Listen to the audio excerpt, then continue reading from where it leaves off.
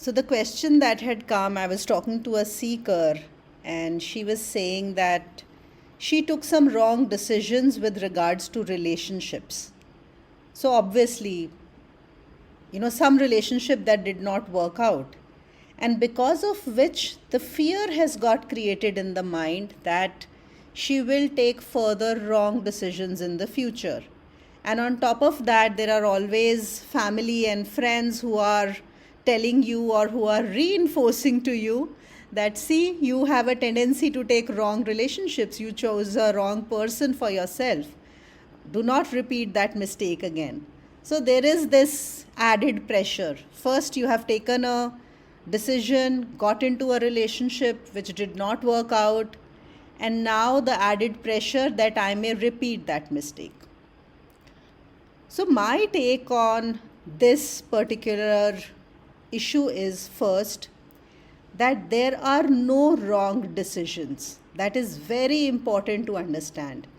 Her statement starts with, I took some wrong decisions. No, there are no wrong decisions. There are only decisions. Whether with regards to relationships, whether with regards to your job, or any other thing. We are taking decisions every day. And whenever we take a decision, what we need to understand is that at that particular moment, whatever data is available to us, whatever facts are available to us, and whatever is the state of your own mind or your intellect, based on that one tends to take a decision. And in that moment, although you may or may not be sure that if the decision is going to be right or wrong, but that is the decision you take. Sometimes you choose certain things, you decide that I am going to do this. Sometimes you just follow another person, whatever the other person is saying, and you say, okay, I don't know what is right or wrong, but I am going to listen either to my parents or my friends or my spouse, or maybe if I have a guru. So even that is a decision, isn't it? That I decided to follow someone, or I decided to go by the decision what the other person has taken. Now that may or may not turn out to be right for the mind, right? We all know that there are consequences of every decision. And here also it is bound to happen that whatever decision we take, either the mind is going to be happy, that means whatever we expected that relationship or that decision will bring out for me, it is going to happen, or it may not happen. So if it falls in line with what the expectations were, then we say the decision was right. It turned out to be a good decision. But if the expectations of the mind are not met, then we tend to say that, oh, the decision was a poor decision or a bad decision. So it is completely based on the consequences. But that is okay.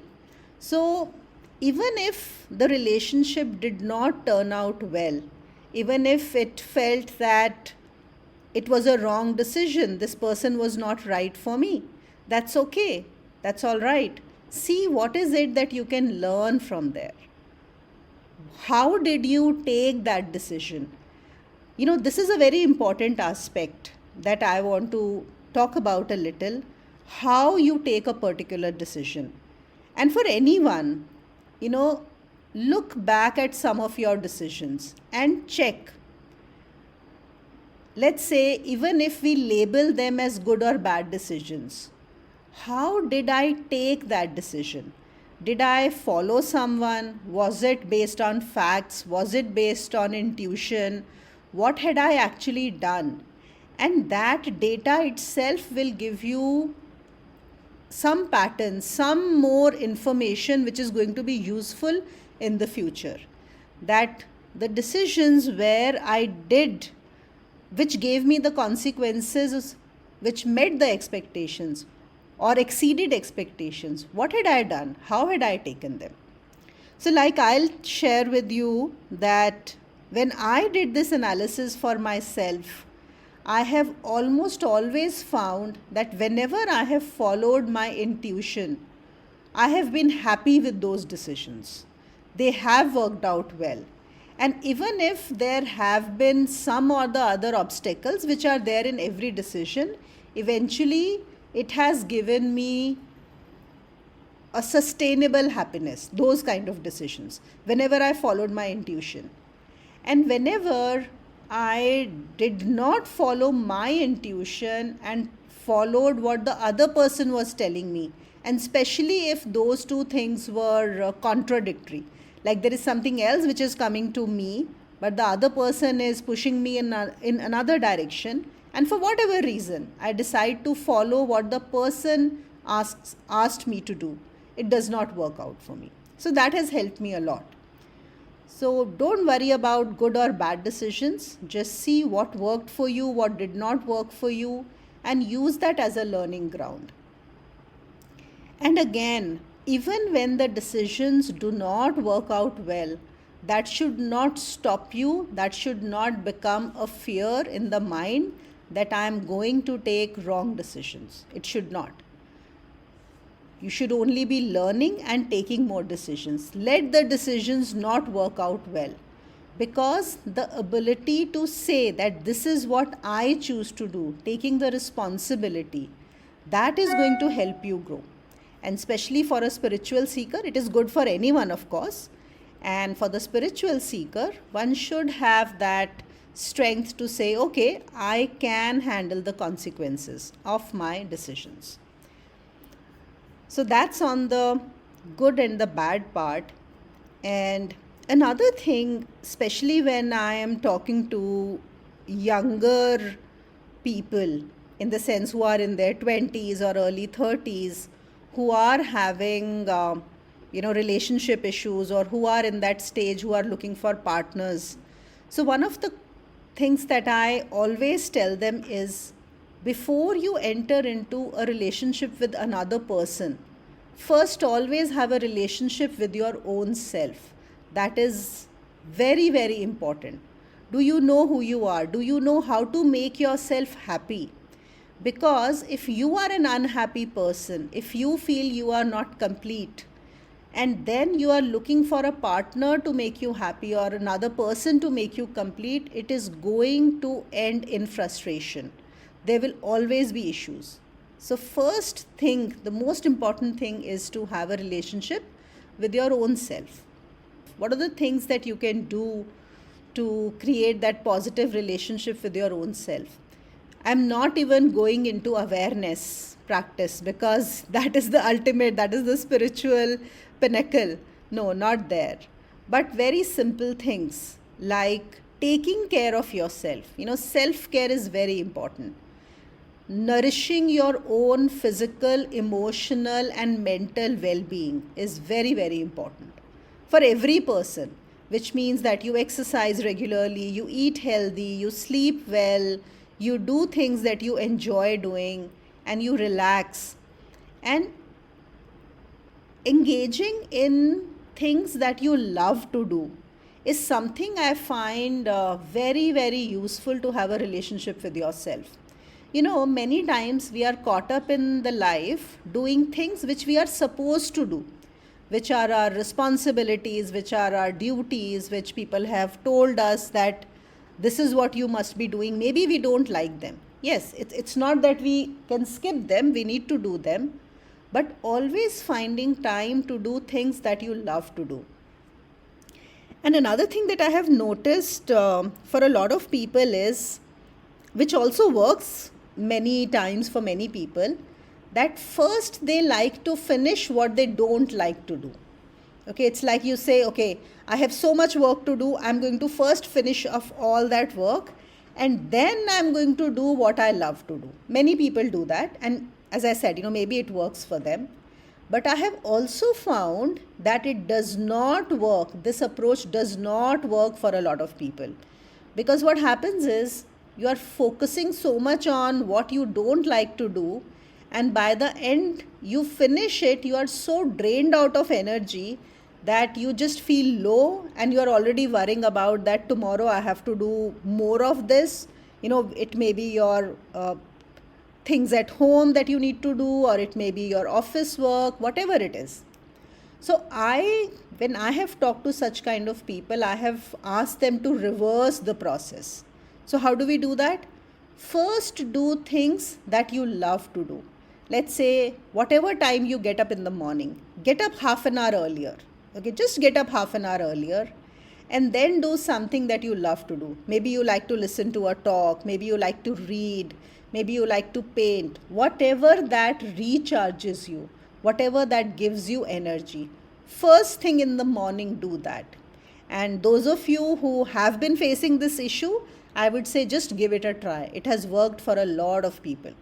So, first prioritize doing things that you love to do, and then you will have enough energy. You will, in fact, find yourself so charged that the things which you don't like to do, they will be easily managed. You can actually do them very nicely, and you will still have more energy left in the evening to do things.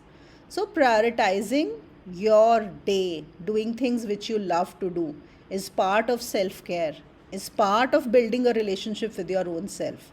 It's about, I can make myself happy. I don't need another person. Because if I'm engaged in things which I don't like to do, then at the end of the day, I'm looking at another person to relax me, to love me, to pay attention to me, because I'm so drained out myself. So, why only get into that process? It is so simple actually to just take care of yourself and be happy within yourself, have a relationship with yourself. Another important thing is setting boundaries, which is saying no to people, things, activities, tasks which do not align with your values, which do not align with you. It is very, very, very important. Most of us don't know how to do that. We feel that, yes, this is what is expected. My boss wants this, so I need to do this. My husband wants this, so I need to do this. My children want this, so I need to do this. Otherwise, they will not like it. They will be unhappy. And just because they should not be unhappy, I make myself unhappy. It's a very common pattern that many of us fall into. So, very, very important that you create healthy boundaries. It's really important.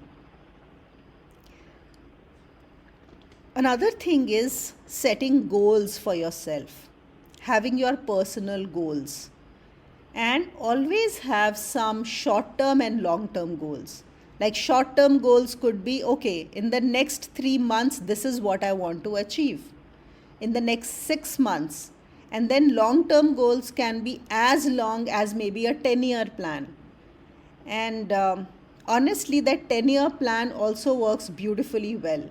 There are certain things which we just cannot change today or in a few months.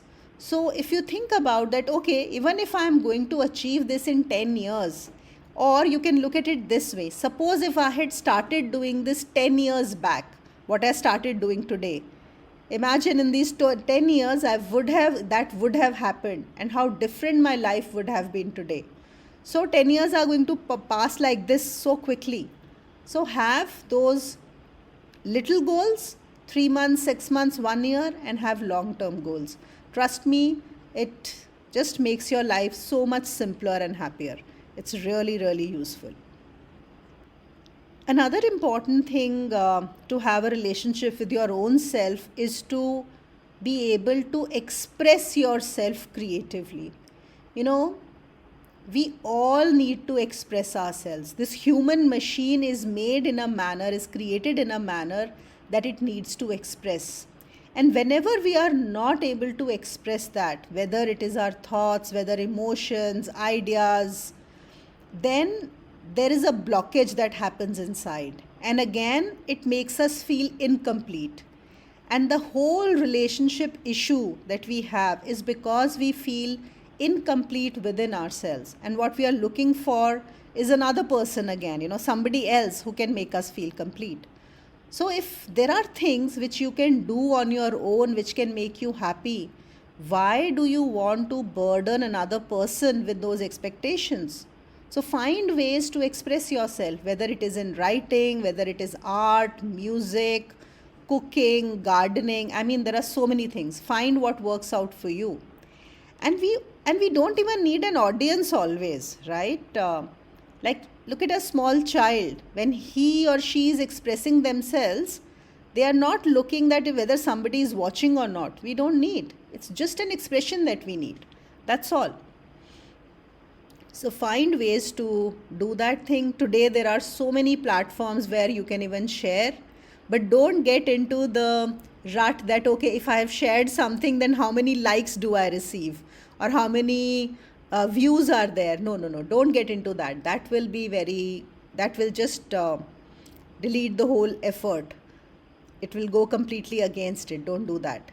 But just find ways to express yourself. And one more thing I would like to add here is that we also need to forgive ourselves. We always talk about forgiveness. We always talk about that we need to forgive other people, which is good, but we also need to learn how to forgive ourselves. We don't know, but there is a lot of guilt that we carry. There is a lot of ifs and buts. Oh, I should have done that. Oh, I could have done that. Oh, I'm like this. Oh, I'm not like this. We are so critical of our own selves, we don't realize. So just understanding that everybody makes errors, and I also am human. This human is bound to make errors. And these experiences, okay, fine, no problem. I just need to learn from them. But forgive. If we do that, if we do all these things, there is definitely going to be a much better relationship with your own self. There is going to be a positive relationship with the self. And if you have a positive relationship with yourself, what will happen? Your energy will rise, your vibrations will rise, you will become very positive. You will start giving those vibes where other people who have like similar vibrations, they will be attracted to you.